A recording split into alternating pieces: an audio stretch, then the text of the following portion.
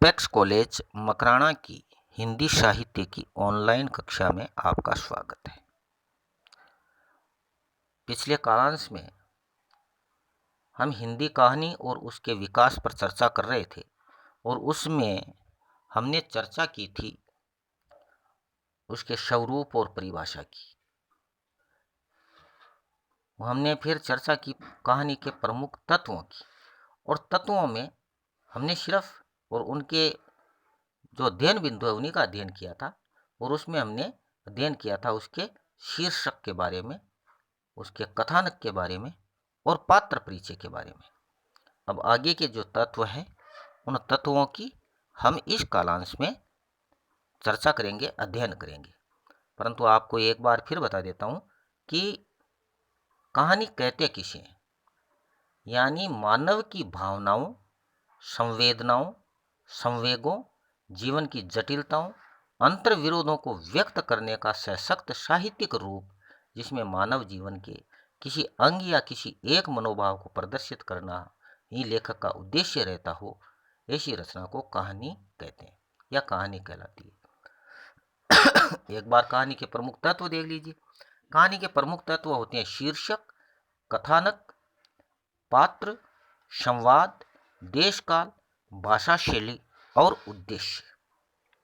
कथानक और कहो या कथा वस्तु को एक ही बात है, उसके बारे में और शीर्षक के बारे में हम पहले ही चर्चा कर चुके हैं। पात्रों के बारे में भी हम चर्चा कर चुके हैं। अब इस कालांश में हम चर्चा करेंगे संवाद योजना की, यानी इसको कथोपकथन भी कहते हैं। संवाद कह दो या फिर कथोपकथन कह दो, बात एक ही है।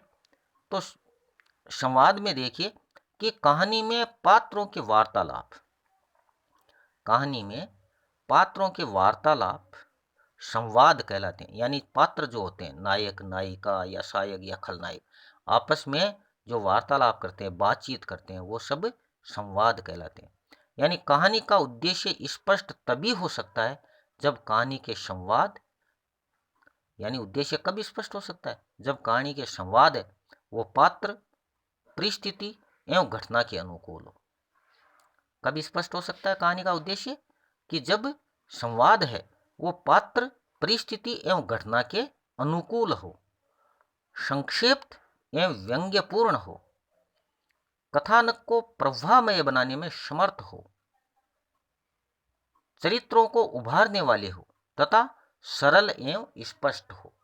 यानी इस तरह से हम संवाद के बारे में कह सकते हैं कि कथोपकथन है वो कहानी का महत्वपूर्ण अंग है। कथोपकथन क्या है? कहानी का महत्वपूर्ण अंग है, या ऐसा कह सकते हैं कि संवाद है या संवाद योजना जो है वो कहानी का महत्वपूर्ण अंग होती है। यदि किसी कहानी में संवाद न होकर केवल वर्णन ही हो तो उस कहानी के पात्र अव्यक्त रह जाएंगे, यानी उन पात्रों की कोई चर्चा ही नहीं हो पाएगी तथा प्रभावशीलता एवं संवेदनशीलता नष्ट हो जाएगी। अगर मान लो संवाद ही नहीं हो तो केवल वर्णन ही हो तो फिर कहानी क्या है, या उसके पात्र जो है अव्यक्त ही रहेंगे, या फिर उनकी प्रभावशीलता और संवेदनशीलता है वो नष्ट हो जाएगी। परंतु यदि केवल संवाद ही होंगे, मान लो वर्णन नहीं हो, केवल संवाद ही संवाद हो, तो यह कहानी न रह कर एकांकी या नाटक बन जाएगी। अगर संवाद ही संवाद हो तो वह न कहानी रहेगी बल्कि एकांकी या फिर कोई नाटक बन जाएगी। इसलिए कहानी में संवाद वर्णन में उचित समन्वय होना चाहिए। इसलिए क्या है, कहानी में संवाद का वर्णन है उसमें समन्वय होना जरूरी है। यानी कहानी में संवाद का कार्य कथा को गति प्रदान करता, पात्रों की चारित्रिक विशेषताओं को स्पष्ट करना, भाषा शैली का निर्माण करना तथा कथा को रस की स्थिति तक पहुंचाता है। यानी संवाद का कार्य क्या है, कथा को यानी कहानी को गति प्रदान करना, पात्रों की चारित्रिक विशेषताओं को स्पष्ट करना, भाषा शैली का निर्माण करना तथा कहानी को रस की स्थिति तक पहुंचाना, ये उनका कार्य होता है। यानी सफल संवाद वे कहे जाएंगे या सफल कथोपकथन वे कहे जाएंगे जो स्वाभाविक एवं परिस्थिति के अनुकूल हो। किसको कहेंगे? जो स्वाभाविक एवं परिस्थिति के अनुकूल हो, जिनमें जिज्ञासा एवं कुतूहलता उत्पन्न करने की क्षमता हो, यानी संक्षिप्तता एवं ध्वन्यात्मकता भी कथोपकथन के गुण है, अर्थात संवाद योजना के गुण हैं। अब देखते हैं हम अगला जो कहानी का तत्व है, यानी शीर्षक हो गया, कथानक हो गया, पात्र हो गया और संवाद योजना या कथोपकथन हो गया। अब देखते हैं देश काल। कौन सा देखते हैं? देश काल। देश काल या वातावरण का अर्थ उन सभी परिस्थितियों का चित्रण करना है जिनमें कहानी की घटनाएं घटित हो रही है। यानी देश काल किसको कहेंगे? कि कहानी का समय क्या है, यानी कहानी किस समय को इंगित करती है, या कौन से समय की या कौन सी परिस्थितियों का वो चित्रण करती है, तथा जिनमें कहानी के पात्र सांस ले रहे हैं, यानी देश काल किसको कहेंगे? इसको देश काल को या वातावरण को, बात एक ही है। यानी देश काल या वातावरण का अर्थ उन सभी परिस्थितियों का चित्रण करना है जिनमें कहानी की घटनाएं घटित हो रही है तथा जिनमें कहानी के पात्र सांस ले रहे हैं। यानी शास्त्रीय दृष्टि से वह वातावरण जो किसी भी कहानी को विश्वसनीय बनाता है, सामान्यतः उसके तीन पक्ष माने गए। यानी शास्त्रीय दृष्टि से वह वातावरण जो किसी भी कहानी को, या वह देशकाल जो किसी भी कहानी को विश्वसनीय बनाता है, सामान्यतः उसके तीन पक्ष माने गए। कितने पक्ष माने गए? तीन। यानी तीन कौन कौन से? जो हमारी इंद्रियों को प्रभावित कर उद्दीप्त करता है, यानी एक पक्ष तो ये हो गया कि जो हमारी इंद्रियों को प्रभावित कर उद्दीप्त करता है। दूसरा है कि जो हमारी सौंदर्यानुभूति वृत्ति को परितृप्त करता है, जो हमारी सौंदर्यानुभूति वृत्ति को परितृप्त करता है। और तीसरा है जो हमारी सच्ची सहानुभूति की वृत्ति को जागृत करता है, यानी जो हमारी सच्ची सहानुभूति की वृत्ति को जागृत करता है। अगर देखें तो जो देश काल है वो कहानी कला का मेरुदंड है। क्या है? मेरुदंड, यानी वास्तविक जीवन। वह वास्तविक जीवन देश काल जीवन की विभिन्न सत्य असत्य प्रवृत्तियों और परिस्थितियों से निर्मित होता है। यानी यह वास्तविक जीवन जो किससे? देश काल जीवन की विभिन्न सत्य असत्य प्रवृत्तियां और परिस्थितियों से निर्मित होता है। इन तत्वों को एक साथ एक ही स्थान पर चित्रित करना कहानी में वातावरण उपस्थित करता है या देश काल उपस्थित करता है। यानी वातावरण भौतिक तथा मानसिक दोनों प्रकार का हो सकता है। यानी अगर देश काल कहे तो यह भौतिक तथा मानसिक दोनों प्रकार का हो सकता है। वातावरण कहानी को यथार्थ बनाने में सहायक होता है। यानी वातावरण जो है या देश काल जो है वो कहानी को यथार्थ बनाने में सहायक होता है। अतः कहानी जिस स्थान अथवा समय से संबंधित रहे उसका यथार्थ चित्रण उसमें होना चाहिए। यानी देश काल में क्या होना चाहिए कि जिस स्थान अथवा समय से संबंधित जो कहानी है उसका यथार्थ चित्रण होना चाहिए।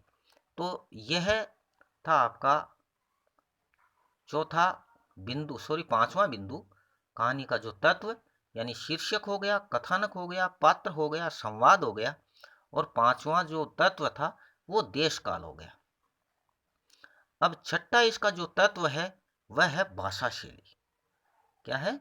भाषा शैली। तो भाषा शैली में देखिए कि सफलतम कहानी की भाषा सरल, स्पष्ट, प्रभावमयी तथा पात्रानुकूल होने के साथ साथ वास्तविक जीवन में बोली जाने वाली भाषा के निकट होनी चाहिए। यानी भाषा शैली कैसी होनी चाहिए? भाषा शैली किस प्रकार की होनी चाहिए? जो हमारे सामाजिक जीवन, या ऐसा कह सकते हैं कि जो पात्रों के अनुकूल हो। जैसे मान लीजिए पात्र तो ले लिया आपने गांव का और बुलवा रहे हो उसे अंग्रेजी, तो फिर वह भाषा शैली अनुकूल होगी। क्योंकि पात्र के अनुसार, अगर अनपढ़ पात्र लिया है तो उसकी भाषा उसके क्षेत्र के अनुसार वैसी ही होनी चाहिए। अगर आपने शिक्षित लिया है तो उसके हिसाब से उसकी भाषा होनी चाहिए। अगर अंग्रेजी जानकार पात्र लिया है तो उसकी भाषा में अंग्रेजी के शब्द होने चाहिए। यानी सफलतम कहानी की भाषा क्या है? सरल होनी चाहिए, स्पष्ट होनी चाहिए और प्रभावमयी होनी चाहिए तथा इसके साथ साथ पात्र के अनुकूल होनी चाहिए। और फिर अगर कहें तो वास्तविक जीवन में बोली जाने वाली भाषा के निकट होनी चाहिए, यानी वास्तविक जीवन में वो किस प्रकार की भाषा बोलता है, यह तत्व इसमें है। यानी कहानी की शैली में सजीवता, कहानी की शैली में सजीवता, रोचकता, संकेतात्मकता व प्रभावात्मकता होनी चाहिए। क्या होनी चाहिए? शैली में सजीवता होनी चाहिए, रोचकता होनी चाहिए, संकेतात्मकता होनी चाहिए और प्रभावात्मकता होनी चाहिए। यानी कहानीकार के अनुसार कहानी की वर्णन प्रधान शैली, आत्मकथा शैली, पत्रात्मक शैली, डायरी शैली आदि हो सकती है। यानी कहानियां कई प्रकार की शैलियों में लिखी जाती है। उनके अनुसार वर्णन प्रधान शैली हो सकती है, वर्णनात्मक रूप से कहानी लिखी गई हो, इस शैली में भी कहानियां लिखी जाती है। आत्मकथा के रूप में भी, यानी आत्मकथा शैली में भी कहानी लिखी जाती है। या पत्रात्मक शैली, जिस तरह से आप पत्र लिखते हो, पत्रों के रूप में भी जैसे कोई कहानी को लिखा जा सकता है। या डायरी शैली, जैसे आप डायरी लिखते हो तो डायरी की शैली में भी कहानी हो सकती है। तो इस प्रकार अगर कहें तो ये जो आपका यानी भाषा है वो कहानी का छठा मूल तत्व है। यानी भाषा वस्तुतः भावों की अभिव्यक्ति का माध्यम है। अतः भाषा के लिए यह आवश्यक है कि वह सहज, सरल एवं बोधगम्य हो। यानी कैसी हो भाषा? सहज हो, सरल हो एवं बोधगम्य हो। कहानी की भाषा ऐसी होनी चाहिए कि उसमें मूल संवेदना को व्यक्त करने की पूरी क्षमता हो। यानी कहानी की भाषा में क्या होना चाहिए? उसमें मूल संवेदना को व्यक्त करने की पूरी क्षमता हो। वह ओज एवं माधुर्य गुणों से युक्त तथा विषयानुकूल हो। कैसी हो भाषा? ओज एवं माधुर्य गुणों से परिपूर्ण हो तथा विषयानुकूल हो, यानी विषय के अनुसार हो। सरल भाषा के गुणों में मैंने पहले भी आपको कहा था कि सफल भाषा के गुणों में प्रभावात्मकता, आलंकारिकता, चित्रात्मकता, प्रतीकात्मकता आदि गुण प्रमुख माने गए हैं या माने जाते हैं। तो ये गुण यानी प्रभावात्मकता, आलंकारिकता, चित्रात्मकता, प्रतीकात्मकता, ये गुण तो कहानी में होने ही चाहिए। और ये गुण किससे हो सकते हैं? भाषा शैली के हिसाब से। तो इस प्रकार हमने अध्ययन करा छठे बिंदु का। हमारा सातवां यानी शीर्षक हो गया, यानी कहानी के प्रमुख तत्व 7 थे ना, उसमें से शीर्षक हो गया, कथानक हो गया, पात्र हो गया, संवाद हो गया, देश काल हो गया, भाषा शैली हो गई। अब सातवां जो तत्व है वह है उद्देश्य। तो उसके बारे में हम चर्चा करेंगे कि कहानी के प्रमुख तत्वों का जो सातवां तत्व है वह है उद्देश्य। तो उद्देश्य क्या होता है? यानी कहानी का उद्देश्य पाठक के मनोरंजन पक्ष के साथ साथ उसको प्रभावित कर उनके संवेगों को जगाना है। यानी अगर उद्देश्य ही नहीं है कहानी का, कोई लिखने का कोई कारण ही नहीं है, उससे कोई हमें शिक्षा ही नहीं मिलती, तो फिर कहानी का मतलब ही क्या है? यानी कहानी का उद्देश्य पाठक के मनोरंजन पक्ष के साथ साथ उसको प्रभावित कर उनके संवेगों को जगाना है। यानी कहानी पाठक का मनोरंजन तो करनी चाहिए, यानी मनोरंजन करने के साथ साथ वो उसको प्रभावित भी करें और उनके अंदर सोए हुए संवेग हैं उनको भी वो जगाए। तो यह कहानी का उद्देश्य होना चाहिए। यदि कहानीकार पाठक के समक्ष आज की विकट परिस्थितियों का चित्रण कर उनके प्रति पाठक को जागरूक बनाता है तो कहानी के लक्ष्य की सिद्धि हो जाती है। कि अगर मान लीजिए कोई कहानीकार कहानी लिखता है और वो पाठक के सामने आज की जो विकट परिस्थिति है उनका चित्रण कर देता है, वो भी मनोरंजनात्मक शैली से कर देता है और उनके प्रति पाठक को जागरूक भी बनाता है, यानी उसको पढ़ करके पाठक में जागरूकता भी आती है, तो कहानी के लक्ष्य की सिद्धि मानी जा सकती है, यानी कहानी सिद्ध है। यानी यह कहानी का अंतिम तत्व है। कोई भी रचना लिखी जाती है तो उसका कोई ना कोई उद्देश्य अवश्य होता है। कोई भी कहानी लिखें चाहे, उसका उद्देश्य जरूर होता है। वह उद्देश्य पाठकों के मनोरंजन से लेकर गंभीर समस्या का निरूपण तक हो सकता है। यानी कहानीकार अपनी कहानियों के उद्देश्य अपनी विचारधारा के अनुसार रखते हैं। कहानी में उद्देश्यों की संख्या सीमित नहीं होती है। कुछ प्रमुख उद्देश्यों की संख्या सीमित नहीं होती। कुछ प्रमुख उद्देश्य इस प्रकार हो सकते हैं, जैसे एक तो मान लो उद्देश्य हो उनका मनोरंजन करना। जैसे आप चलचित्र देखते हो, फिल्में देखते हो, तो उन फिल्मों का उद्देश्य आप लोगों का मनोरंजन करना भी होता है। उनका उद्देश्य उपदेशात्मक भी हो सकता है, आपको उपदेश भी दे सकता है। हास्योत्पादन भी हो सकता है, यानी आपका वहाँ पर वो हास्य से परिपूर्ण भी हो सकता है। आदर्श स्थापना, वो आदर्श भी स्थापित करते हैं कि समाज में एक नायक किस तरह से बुराई के खिलाफ खड़ा होता है और किस प्रकार बुराई का निपटारा करके वो अच्छाई की जीत दिखाता है। ये भी उद्देश्य उनका हो सकता है। या यथार्थ चित्रण, या यथा स्थिति का चित्रण करना हो, या सुधार भावना करनी हो। क्या करनी हो? सुधार भावना हो, या समस्या का चित्रण करना हो, या फिर मनोवैज्ञानिकता हो। ये उद्देश्य उनके कहानी के हो सकते हैं। यानी इस प्रकार श्रेष्ठ एवं सफल कहानी रचना हेतु इन सभी तत्वों का उचित समावेश किया जाना अपेक्षित है। अगर एक कहानी श्रेष्ठ कहानी लिखी गई हो, यानी एक श्रेष्ठ एवं सफल कहानी रचना हेतु इन सभी तत्वों का उचित समावेश किया जाना अपेक्षित है। तो इस प्रकार आज के कालांश में हमने हिंदी के कहानी के तत्वों की बारे में पूर्ण रूप से चर्चा कर ली है। अगले कालांश में हम किसी नए बिंदु पर फिर चर्चा करेंगे। तब तक के लिए धन्यवाद।